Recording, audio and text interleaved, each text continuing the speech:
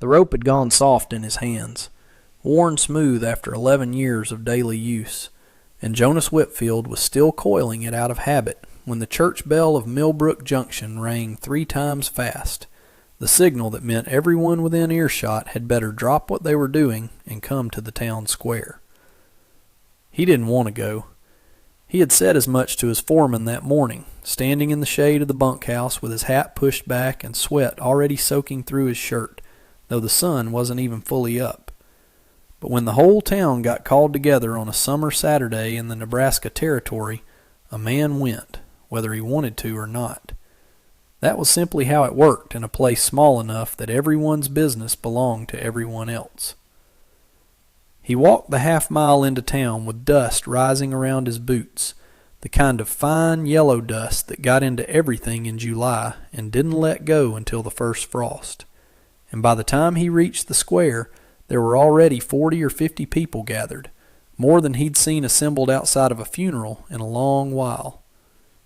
Sheriff Otis Pruitt stood on the raised platform outside the general store, thumbs hooked into his belt, looking pleased with himself in the particular way he always looked when he'd arranged something he believed would make him popular. Beside him stood a row of women, 6 of them, dressed in their good clothes despite the heat, each one standing with the stiff posture of someone who had been told exactly where to stand and had not been asked whether she wanted to be there. "Folks," Pruitt called out, raising a hand for quiet, though the crowd had already gone still the moment they saw the platform. "We got ourselves a fine opportunity this morning. 6 respectable women come out on the last stage, looking to settle and marry honest men of this territory. And I figure the fairest thing this town's ever done is let one lucky man have his pick." Jonas felt something tighten low in his gut. An old discomfort he didn't have a name for, but recognized instantly. The same feeling he got watching a horse trader run his hands too roughly over an animal that couldn't say no to being handled that way. But the crowd murmured its approval, men elbowing each other and grinning, a few of the younger ones already straightening their collars. And Jonas understood that whatever was about to happen, it was going to happen with or without his blessing. Standing at the far end of the row, half a step behind the others as though she were trying to occupy as little space as the arrangement would allow, was a young woman he had never seen before. She wore a plain gray dress with the sleeves rolled to her forearms, her dark hair pulled back tight, and she was looking not at the crowd, but at a fixed point somewhere past all of their heads, the way a person looked when they had decided that not seeing something was the only power left to them. He did not know her name yet. He would learn it was Lynn I. Toy, though most of the territory would only ever call her Miss Lynn, and he would spend the rest of his life grateful that he had looked at her in that moment instead of looking away like everyone else in the square seemed content to do.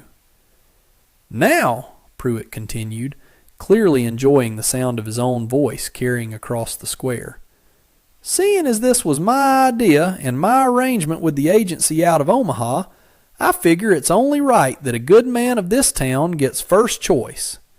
Jonas Whitfield." He found Jonas in the crowd and pointed, and every head turned to follow the gesture. "You're the most eligible bachelor left standing in Millbrook Junction, and everybody knows it. Come on up here and choose yourself a wife." The crowd parted around him, hands clapping his shoulders, and Jonas felt the weight of 40 pairs of eyes settle on him the way weather settled on a man caught out in it, inescapable and indifferent to his preference. He climbed the 2 steps to the platform slowly, buying himself time he did not know what to do with, and stood facing the row of 6 women who had traveled 1,000 miles or more to end up standing on a wooden platform being looked over like livestock at a county fair. He looked at each of them in turn because it would have been rude not to, and each one of them looked back with an expression that ranged from hopeful to resigned to something that looked very much like fear carefully hidden. And then his eyes reached the end of the row, and Lynn I. Toy was the only one who was not looking at him at all. "Choose any woman you want, cowboy," Pruitt said, grinning wide enough to show the gap in his back teeth. "Any one of these fine ladies would make a man proud." Jonas Whitfield had never in his life enjoyed being told what to do, and something about the sheriff's easy confidence, the assumption that this was a kindness being extended rather than a cruelty being performed, settled into his chest like a stone dropped into still water. "Then I'll marry the Chinese girl," he said, and his voice carried further across the square than he'd intended it to, loud enough that the murmuring crowd went entirely silent. For a moment, nobody moved. Then Lin Toy's eyes came up from that fixed point past the crowd and landed on him directly for the first time. And what he saw in them was not gratitude. It was a sharp, wary calculation, the look of someone deciding in half a second whether this new development represented rescue or an entirely different kind of danger. Sheriff Pruitt's grin faltered. "Now, Jonas, be reasonable. There's 5 other perfectly good women standing right here." "I heard you the first time," Jonas said. "You said any woman I want. I'm exercising the choice you gave me." A ripple of laughter moved through part of the crowd, uncertain, the kind of laughter that came from people who weren't sure if they'd just witnessed a joke or a scandal.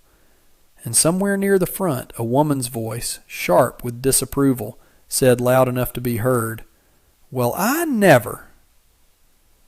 But the choice had already been made, spoken aloud in front of the whole town, and there was no way for Sheriff Pruitt to take it back without looking foolish in front of the very crowd he'd assembled to admire his generosity. He cleared his throat, adjusted his hat, and forced his grin back into place like a man rearranging furniture that had fallen out of order. "Well then," he said, "I suppose a deal's a deal. Miss Lynn, come on up here and meet your intended." She did not move right away.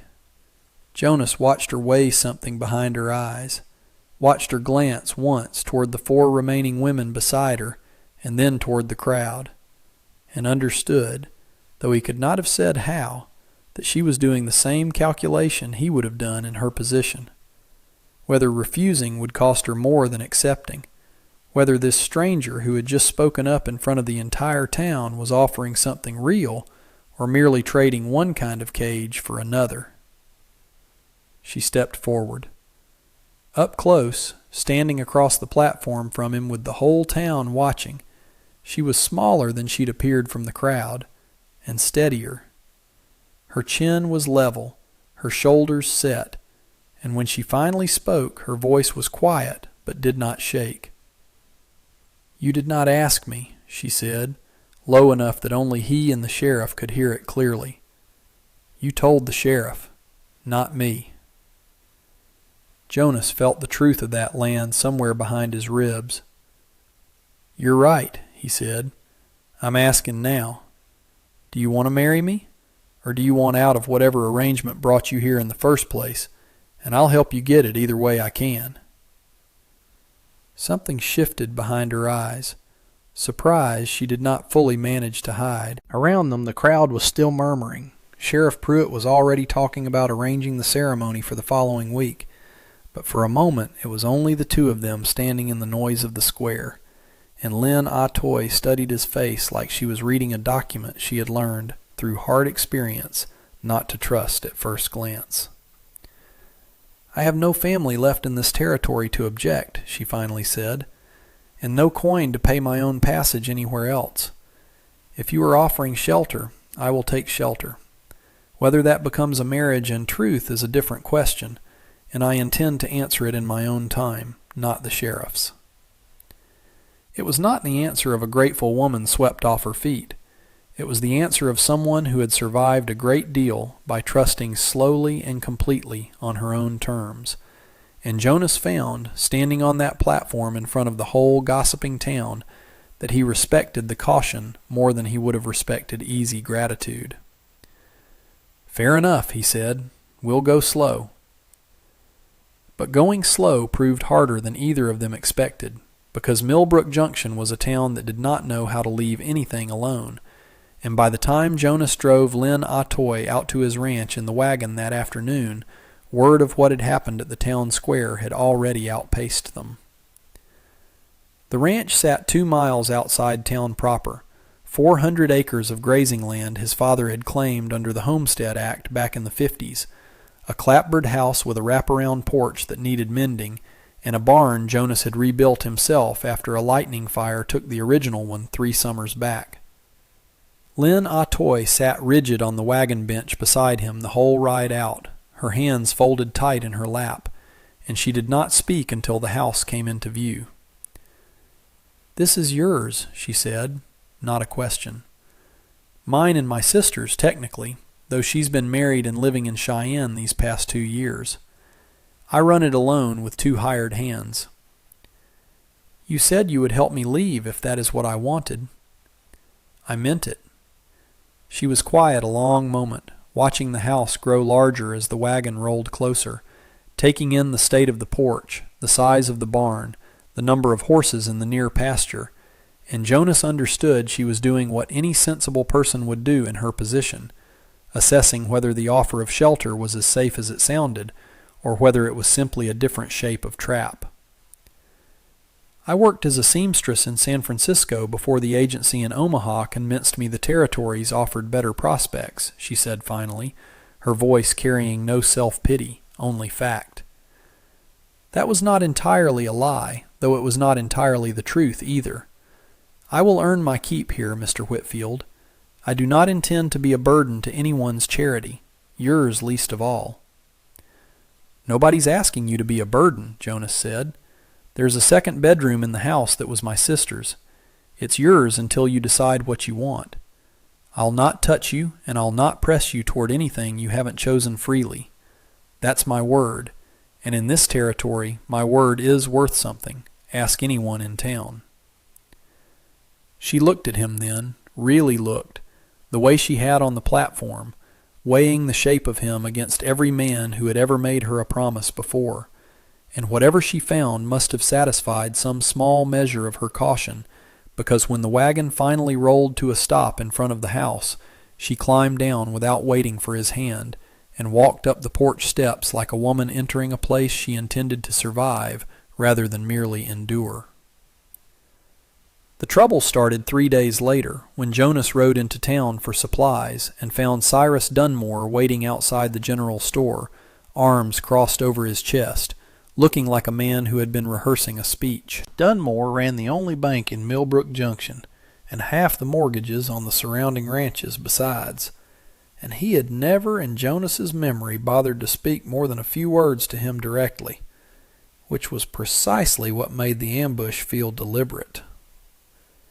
"Heard you took the Chinese girl instead of a proper wife," Dunmore said without preamble, loud enough that 2 women passing on the boardwalk slowed their steps to listen. "Folks are talking, Whitfield, saying it isn't fitting, saying a man of your standing ought to have more sense." "My standing," Jonas said, "isn't yours to worry over." "It is when your notes come and due at my bank in November." Dunmore's smile did not reach his eyes, the particular smile of a man reminding someone else exactly where the leverage sat. "A man in a delicate financial position ought to think twice about giving this town more reasons to talk about him unfavorably. Just some friendly advice." Jonas felt the threat land exactly as it was meant to, quiet and precise, wrapped in the language of concern the way a knife might be wrapped in cloth. He had $400 still owed on the note his father had taken out to expand the herd, due in full come November, and Cyrus Dunmore had never once in 3 years offered him friendly advice about anything. "I'll manage my note the same way I've managed it every year," Jonas said. "And I'll choose my own household without your input, Cyrus. Good day."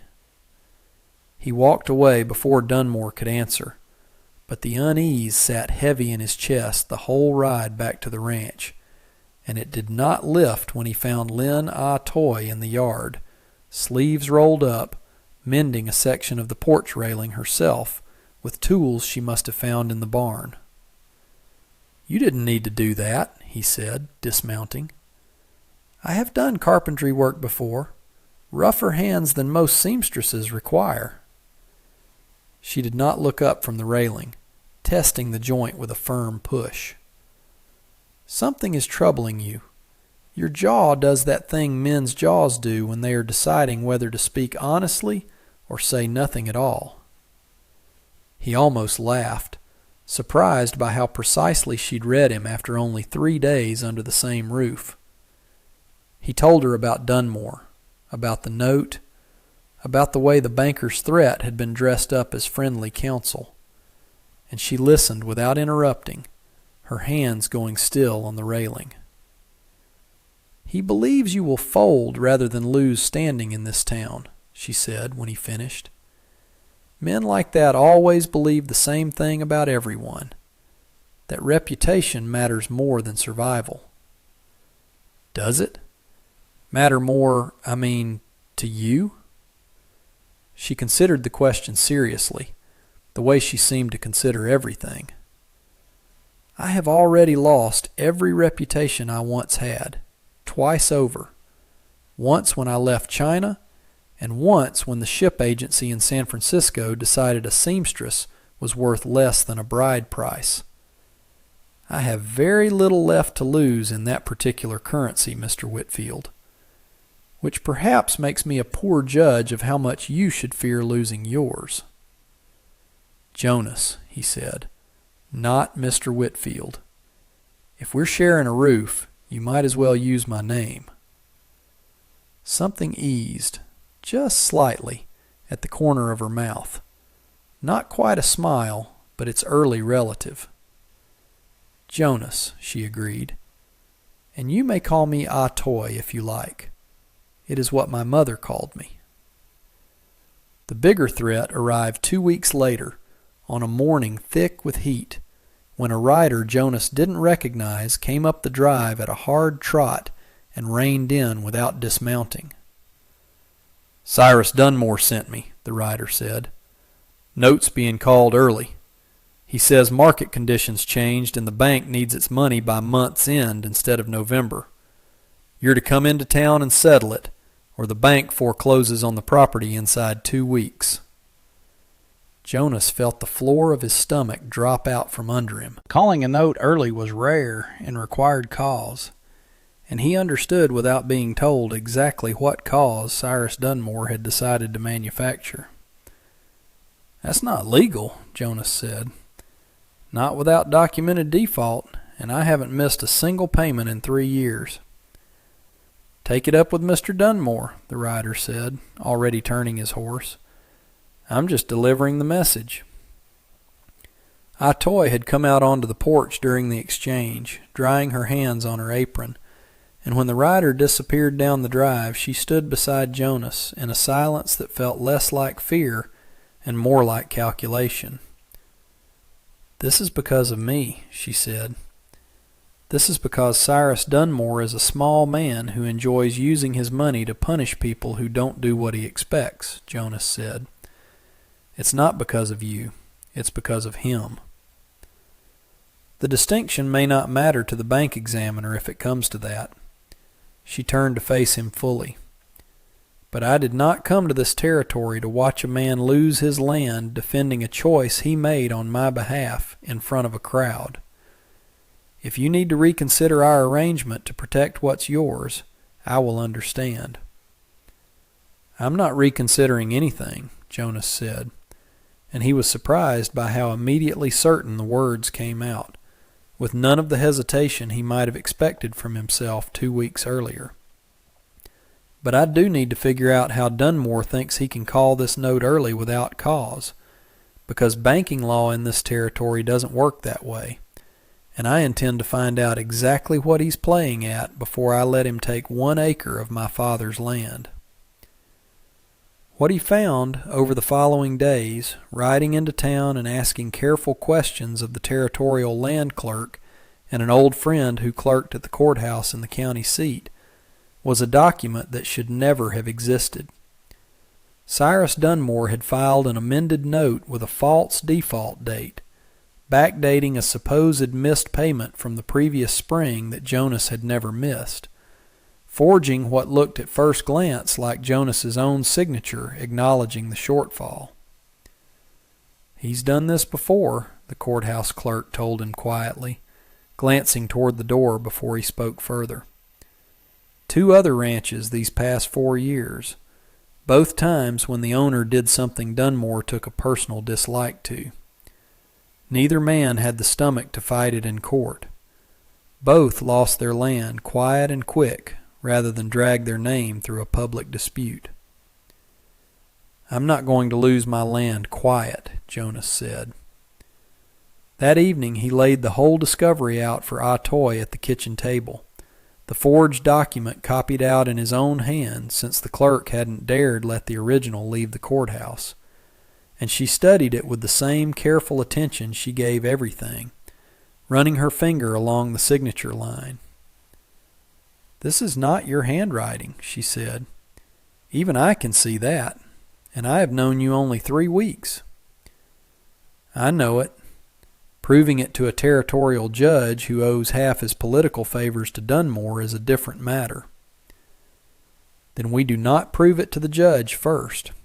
She looked up at him, something sharp and decisive settling into her expression. "We prove it to the town.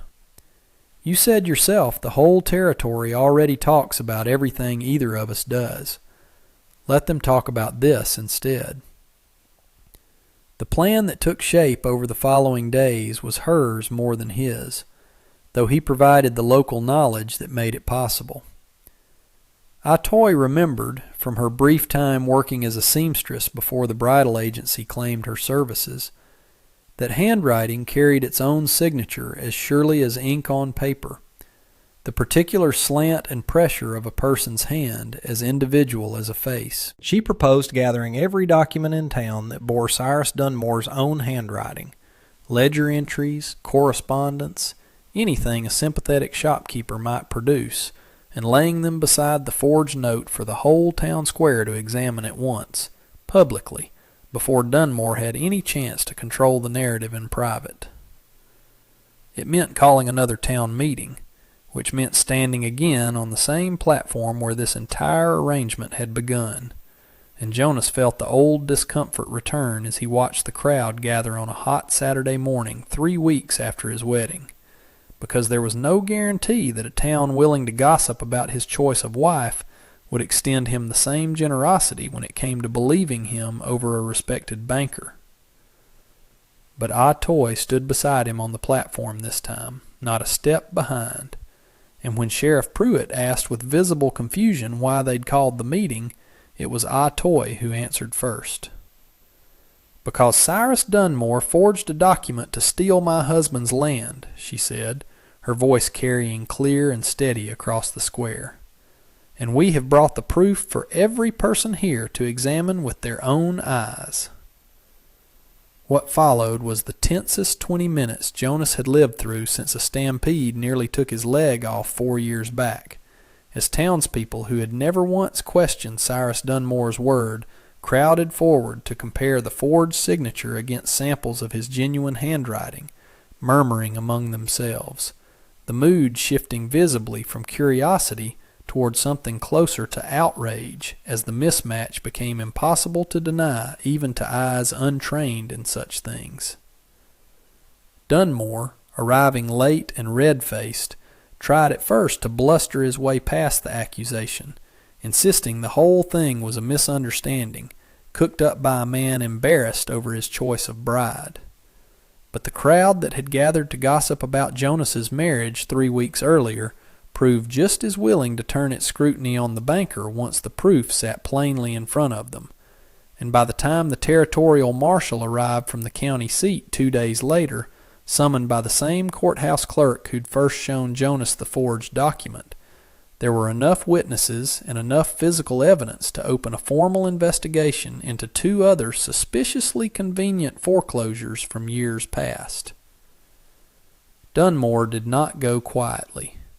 He tried, in the days before the marshal's arrival, to have Jonas's cattle impounded on a trumped-up trespass claim, and it was Ah Toy, working the ledgers late into the night, who found the second piece of evidence that finally broke him, a pattern of falsified impound fees stretching back years that the county had never bothered to audit.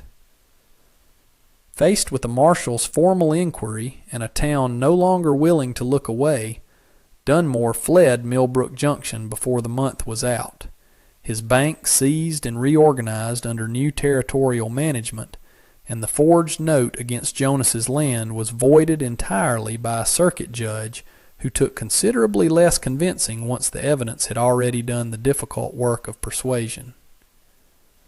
3 months passed after that, the kind of ordinary months that felt, after the danger of Dunmore's scheme, almost strange in their quietness. The porch railing Ah Toy had mended that first week held steady through 2 summer storms. The herd Jonas had nearly lost to a forged signature grew by 11 calves born healthy in the late summer pasture. And the second bedroom that had once belonged to his sister sat empty most nights now, not because Ah Toy had left, but because she had chosen, on her own schedule and in her own time, exactly as she'd promised that first day, to no longer need it. The town of Millbrook Junction, which had once whispered about a cowboy's strange choice at a bride selection, now spoke of Jonas and Ah Toy Whitfield with a different kind of talk entirely, the kind reserved for people who had faced down a corrupt banker together and come out the other side standing. Ah Toy took in mending work from half the ranches in the county now, her reputation as a seamstress having outgrown the gossip that first surrounded her arrival, and more than one family in town had taken to asking her opinion on matters they would never have thought to ask a newcomer 3 months earlier. On a warm evening in late September, the two of them sat together on that same porch, the mended railing solid beneath Jonas's boot as he leaned against it, watching the last light go gold over the pasture. "You never did answer my question," he said. "Back on the platform, that first day, whether you wanted to marry me or just wanted out of whatever arrangement had brought you here." Ah Toy considered this, the way she considered everything, unhurried and precise. "I did not know the answer that day," she said. "I only knew you were the first man in that square who asked the question at all, instead of simply assuming the answer belonged to him." She looked at him, steady and sure in a way that had nothing left of the wariness she'd carried that first afternoon. "I know the answer now." "And?" "I chose you, Jonas Whitfield. Not the sheriff's arrangement, not the shelter. You." She reached over and took his hand, her fingers calloused now from months of ranch work and mending both, and the evening settled around them quiet and complete. "That is my answer, freely given, exactly as you asked for it that first day." He turned her hand over in his and pressed his mouth briefly to her knuckles, and neither of them needed to say anything further, because the whole of Millbrook Junction had already watched them prove, in the plainest terms the frontier understood, that a choice made honestly could outlast any scheme built on deception. And that brings us to the end of this one. If you stayed with me all the way through, thank you. Stories like this only get told because folks like you sit down and listen to them all the way to the last word. If you liked what you heard, go ahead and hit that like button. It helps more than you'd think. And if you want more stories from the old frontier, go on and subscribe so you don't miss the next one. Until then, take care of yourself, and thanks again for spending this time with me.